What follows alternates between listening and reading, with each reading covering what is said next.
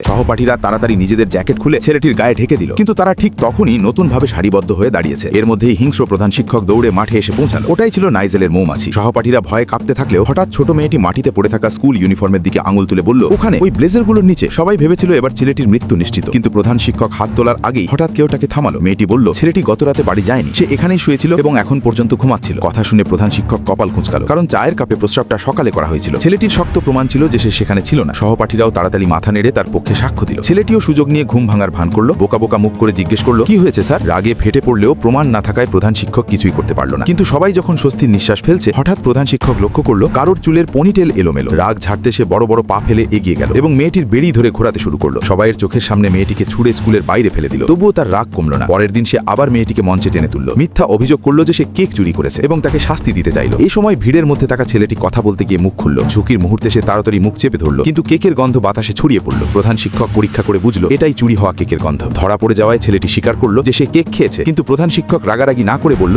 3 মিনিটের মধ্যে এই কেক শেষ করতে পারলে সব ক্ষমা। বাঁচার জন্য ছেলেটি রাজি হলো। সহপাঠীরা তাকে উৎসাহ দিতে নাচতে লাগলো। প্রধান শিক্ষক ভেবেছিল সে জিতবে, কিন্তু মুহূর্তের মধ্যেই কেক শেষ হয়ে গেল। রেগে গিয়ে সে কথা অস্বীকার করলো এবং ছেলেটিকে দূরে পাঠাতে চাইল। ঠিক তখনই ছোট মেয়েটি সামনে এসে বাধা দিল। এভাবে বড় বিপদ এড়ানো গেল। মেয়েটি সাহস করে প্রতিবাদ করায় প্রধান শিক্ষক একটি ভয়ঙ্কর অন্ধকার কক্ষ তৈরি করলো অবাধ্য ছাত্রদের সেখানে বন্দী করার জন্য। ছাত্ররা টেবিলে উঠে দাঁড়িয়ে প্রতিবাদ করলো। ভাবলো এক ঘরে সবাইকে আটকানো যাবে না, কিন্তু প্রধান শিক্ষক লিভার টানতেই সারি সারি আলাদা কক্ষ খুলে গেল। সবাই ভয়ে লুকিয়ে পড়ল। যখন মনে হচ্ছিল প্রধান শিক্ষক জিতবে, তখন ছোট মেয়েটি তার আসল শক্তি প্রকাশ করলো। তার ছিল সবকিছু নিয়ন্ত্রণ করার ক্ষমতা। সে মনঃশক্তি দিয়ে লোহার শিকল নাড়ালো। শিকলগুলো একত্রিত হয়ে ভয়ঙ্কর দানবে রূপ নিল এবং অন্ধকার কক্ষগুলো ধ্বংস করে দিল। শেষে সে আবার শক্তি প্রয়োগ করতেই প্রধান শিক্ষক আকাশে ঝুলে উঠল এবং ছিটকে দূরে পড়ে গেল। এভাবেই বিপদের অবসান হলো। প্রধান শিক্ষক তার প্রাপ্য শাস্তি পেল আর স্কুল আবার স্বাভাবিক হয়ে গেল।